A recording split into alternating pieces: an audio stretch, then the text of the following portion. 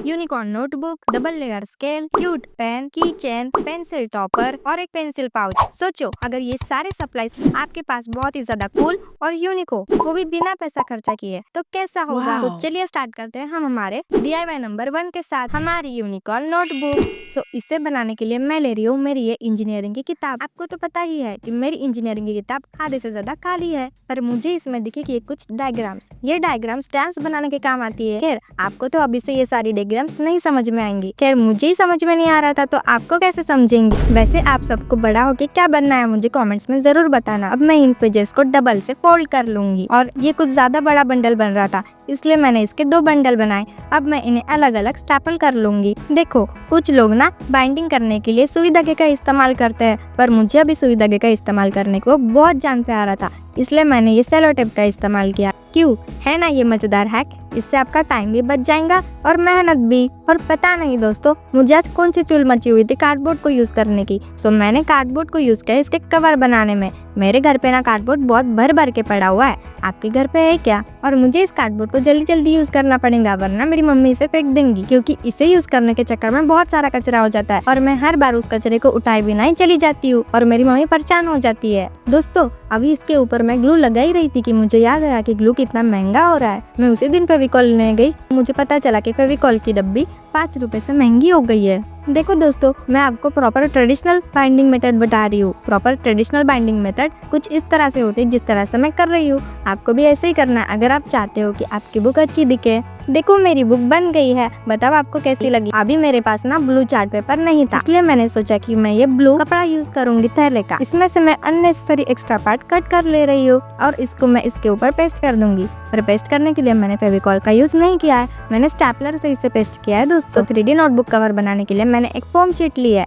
और उस foam sheet पे मैंने यूनिकॉर्न की डिजाइन बनाई है, क्योंकि यूनिकॉर्न बहुत लोगों को पसंद आता है और ये यूनिकॉर्न की डिजाइन लड़के भी बना सकते हैं और लड़कियां भी। मैं जब स्कूल में थी ना दोस्तों तब मुझे ये यूनिकॉर्न डायरी बहुत पसंद आया करती थी और उसी वक्त ये डायरी 300 रुपए की मिला करती थी। बाप रे 300 रुपए, मेरे बस की बात नहीं थी दोस्तों वो डायरी मेरा बस एक काबी बन के रहेगी और वो डायरी मैं अभी तक परचेस नहीं कर पा रही हूँ। मैंने इस यूनिकॉर्न को इस बुक के ऊपर फेविकॉल से चिपकाया है और इसे और सेफ्टी देने के लिए मैंने इसके ऊपर क्रेप पेपर लगा दिया है, इससे ये और खूबसूरत लगेगा और इसे सपोर्ट भी मिल जाएगा। और ये लो मेरी क्यूट सी नोटबुक बनके तैयार है, बताओ आपको ये कैसी लगी।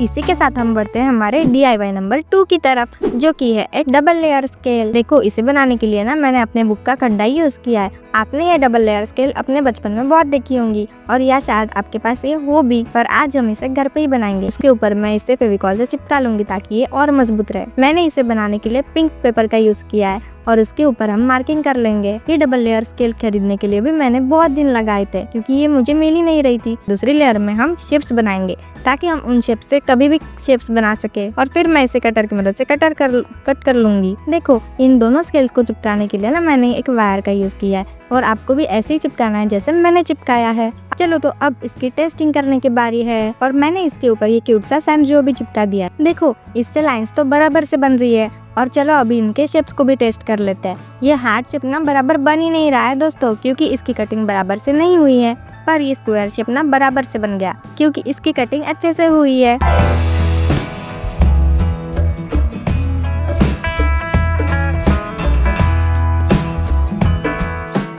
अभी चलो बढ़ते हैं हमारे DIY नंबर 3 की तरफ, हमारा पेंसिल टॉपर, जिसे बनाने के लिए ना मैंने क्ले का बिल्कुल भी इस्तेमाल नहीं किया है, क्योंकि आपको तो पता ही है कि मैं एक नंबर की गरीब हूँ और मेरे पास क्ले खरीदने के भी पैसे नहीं है। आपको पता है इससे पहले भी मेरा एक आर्ट चैनल था और उसके ऊपर मैंने इतने पैसे फूके हैं ना कि आपको क्या बताऊँ। मैंने उसके ऊपर इतने सारे पैसे फूकने के बाद भी मेरा वो चैनल अभी तक मोनेटाइज नहीं हुआ। और यहाँ पर हमारे टेस्टी टेस्टी सरप्राइज बनाने के लिए मैंने लिया है ये yellow chart paper, yellow foam sheet. और ये फोम शीट 10 रुपए की ही आती है दोस्तों। यार ये फ्रेंच फ्राइज दिखने में कितने क्यूट लगते हैं ना, पर खाने में उतनी अनहेल्दी है। मैं तो आपको सजेस्ट करूंगी कि आपको हेल्दी खाना ही खाना चाहिए। मैं इस टॉपर को इस पेंसिल के ऊपर लगा रही थी, जबकि मैंने इस टॉपर को इस पेंसिल के साइज का बनाया ही नहीं था, इसलिए इसके ऊपर ढीली लग रही थी। फिर मैंने इसको मार करके ऊपर चिपकाया और ये बराबर से फिट बैठ गई। आप जब पेंसिल टॉपर बनाओ तो अपने मनपसंद पेन के साइज का ही बनाना। बताओ आपको ये कैसा लगा। और इसी के साथ हम बढ़ते हैं हमारे DIY नंबर 4 की तरफ, जो कि है हमारी एक क्यूट सी पेन। सो इस पेन को बनाने के लिए मैंने पिंक चार्ट पेपर का यूज किया है। इसके ऊपर मैं प्यारे प्यारे से हार्ट्स बना लूंगी। मुझे कुछ सोचा नहीं ना, तो मैं हार्ट्स बना देती हूँ, क्योंकि हार्ट्स ऑल टाइम क्यूट ही लगता है, वो तो आपको पता ही होगा। और उसके ऊपर हम ये सेलो टेप चिपका देंगे और उसे हम हमारे पेन के ऊपर चिपका देंगे।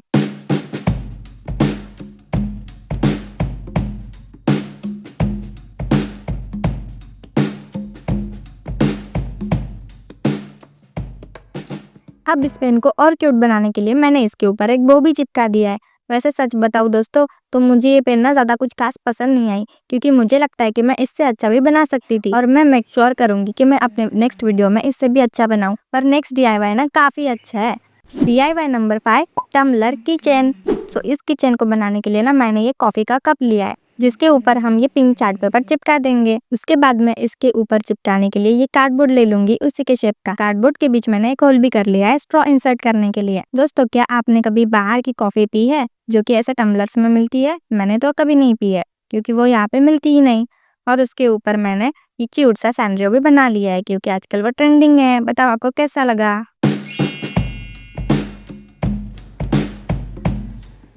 DIY नंबर 6, पेंसिल पाउच और पेंसिल केस, जिसको आप पेंसिल स्टैंड भी बोल सकते हो। बताओ कैसे? चलो देखते हैं। इसे बनाने के लिए हम एक येलो फोम शीट लेंगे, जिसके ऊपर मैं एक कार्डबोर्ड को पेस्ट कर रही हूँ।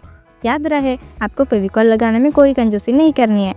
हम इसके ऊपर कार्डबोर्ड इसलिए चिपका रहे हैं क्योंकि ये बराबर से फोल्ड हो पाए, क्योंकि हमें इसे एक मिल्क कार्टन का शेप देना है।